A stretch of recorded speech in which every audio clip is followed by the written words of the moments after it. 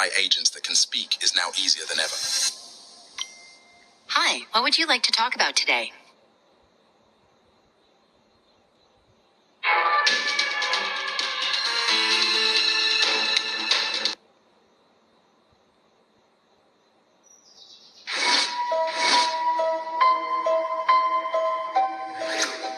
সান Francisco উপসাগরের ঠিক মাঝখানে ছোট্ট একটা দ্বীপ। সবুজ গাছপালার বদলে ধূসর পাথর আর বিষণ্ণ নীরবতায় ঘেরা এই দ্বীপের নাম আলকাট্রাজ। দূর থেকে দেখলে মনে হবে শান্ত নিরিবিলি এক দ্বীপ, কিন্তু বাস্তবতা সম্পূর্ণ ভিন্ন। এই দ্বীপের প্রতিটি পাথরের সঙ্গে গেঁথে আছে ভয়, রহস্য আর ইতিহাসের চাপা আর্তনাদ। 20 শতাব্দীতে দ্বীপটা ছিল মার্কিন যুক্তরাষ্ট্রের সবচেয়ে দুর্ভেদ্য আর ভয়ঙ্কর এক কারাগার।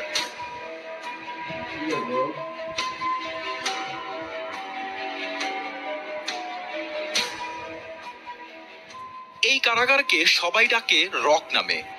চারপাশ ঘেরা উত্তাল সমুদ্র, হিমশীতল পানি আর নিশ্ছিদ্র নিরাপত্তা ব্যবস্থা মিলিয়ে এই জেলটা ছিল এক প্রকার মৃত্যু ফাঁদ।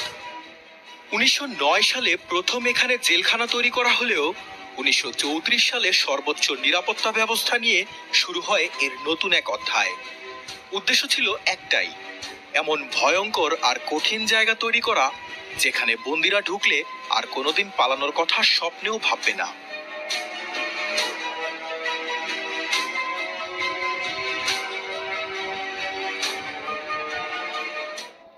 এই কারাগারে কুখ্যাত সব বন্দীরা থাকতো, যাদের নাম শুনলেই গা শিউরে উঠত। এখানেই একসময় বন্দী ছিলেন ভয়ঙ্কর মাফিয়া লিডার আল কাপোনে, ছিলেন serial killer Birdman Robert Stroud, machine gun কেলির মতো ভয়ঙ্কর সব অপরাধী। বলা হয় এখান থেকে পালানোর চিন্তা করাটাই ছিল বোকামি।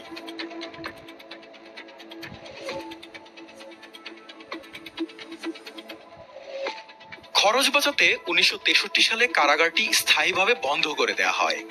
সম্প্রতি মার্কিন প্রেসিডেন্ট ডোনাল্ড ট্রাম্প এই কারাগার পুনরায় চালু ও সম্প্রসারণের নির্দেশ দিয়েছেন। তিনি সেই সাথে দাবি করেন আলকাট্রাজ থেকে কেউ কোনোদিন পালাতে পারেনি। কিন্তু আসলেই কি তাই? ইতিহাস বলছে ভিন্ন কথা। আলকাট্রাজের নামের সাথে জড়িয়ে আছে এক দুর্ধর্ষ প্রিজন ব্রেকের ঘটনা।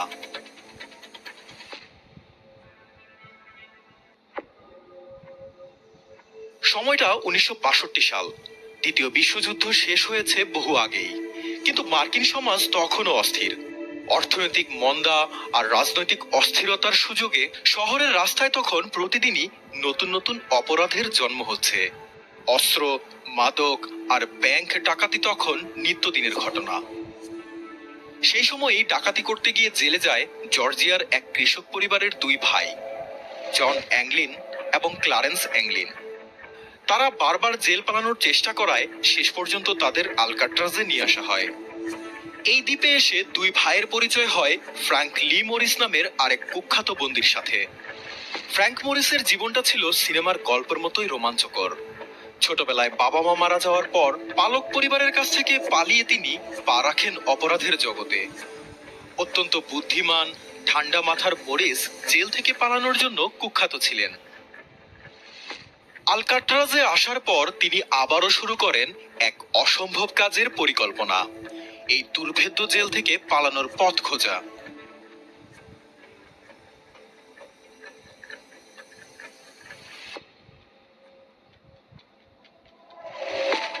ফ্র্যাঙ্কের পরিকল্পনায় যুক্ত হয় অ্যাংলিন ব্রাদার্স। আরেক বন্দী অ্যালেন ওয়েস্টও যোগ দেন তাদের সাথে। রাতের অন্ধকারে কারারক্ষীদের চোখে ধুলো দিয়ে তারা চামচ দিয়ে একটু একটু করে সেলের ভেন্টিলেটরের মুখ খুঁড়তে থাকেন। কাজটা কিন্তু মোটেই সহজ ছিল না। প্রতিদিন কয়েক ঘন্টা ধরে চলতে থাকে এই চেষ্টা। শব্দ যাতে বাইরে না যায় সেজন্য নানাভাবে শব্দ আড়াল করার চেষ্টায়ও ব্যস্ত থাকতেন তারা। প্রায় 6 মাস ধরে চলতে থাকে এই গোপন কাজ। পালানোর আগেই তাদের তৈরি করতে হয়েছিল নকল মাথা, টয়লেট টিস্যু আর পুরনো পেপারস, এবং সাথে কারাগারের সেলুন থেকে পাওয়া চুল দিয়ে এমন নিখুঁত মাথা বানিয়েছিলেন তারা, যা দেখলে আসল মানুষ ভেবে ভুল হতে পারে।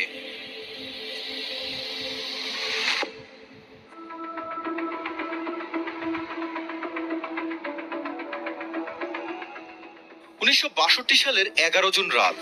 পরিকল্পনার সবটাই এগোচ্ছিল নিখুঁতভাবে, কিন্তু বিপত্তি বাঁধল ওয়েস্টকে নিয়ে। স্বাস্থ্য একটু বেশি ভালো হওয়ায় ভেন্টের মুখ দিয়ে বের হওয়ার সময় তিনি আটকে যান।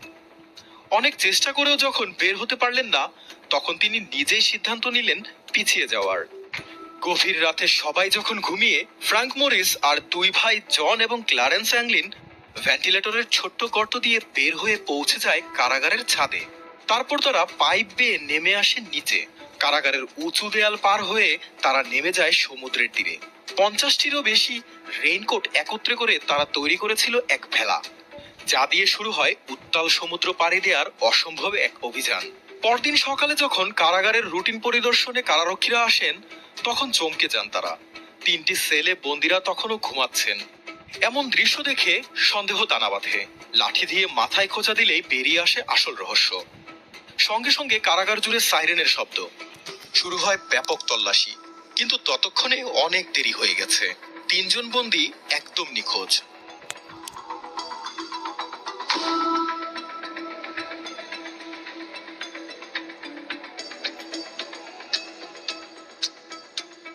এই ঘটনার তদন্ত চালায় FBI। টানা 17 বছর ধরে তদন্ত করেও তারা বের করতে পারেনি 3 বন্দীর শেষ পরিণতি কি হয়েছিল।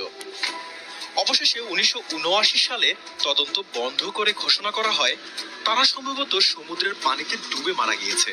কিন্তু আজও অনেকে বিশ্বাস করেন ওই 3 জন আসলে সফলভাবে পালাতে সক্ষম হয়েছিলেন। বলা হয় ওই রাতে তারা কাছের কোনো দ্বীপে পৌঁছে গাড়ি চুরি করে গা ঢাকা দেন।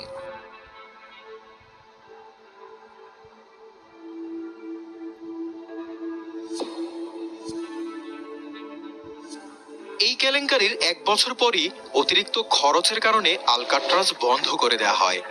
কিন্তু আজও দ্বীপটা দাঁড়িয়ে আছে রহস্যের সাক্ষী হয়ে।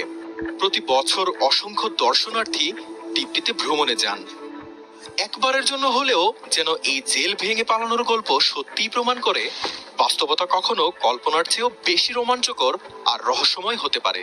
সেই রহস্যের উত্তর হয়তো সমুদ্রের নীল গভীরতায় চাপা পড়ে আছে, অথবা হয়তো পৃথিবীর কোনো প্রান্তে সাবেক 3 বন্দীর বিজয়ের হাসির মধ্যে বেঁচে আছে।